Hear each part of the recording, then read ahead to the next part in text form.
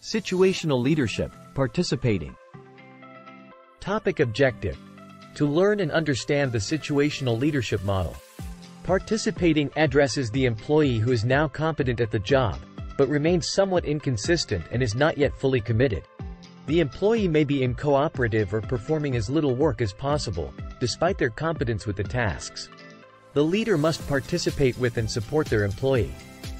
The leader no longer needs to give detailed instructions and follow up as often, but does need to continue working with the employee to ensure the work is being done at the level required.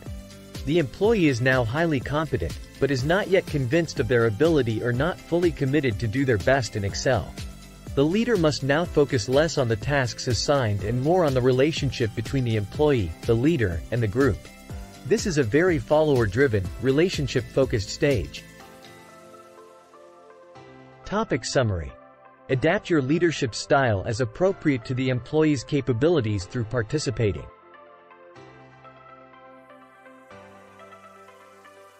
Situational leadership, delegating. Topic objective: to learn and understand the situational leadership model. Delegating is the ultimate goal. An employee who feels fully empowered and competent enough to take the ball and run with it, with minimal supervision. The employee is highly competent, highly committed, motivated, and empowered.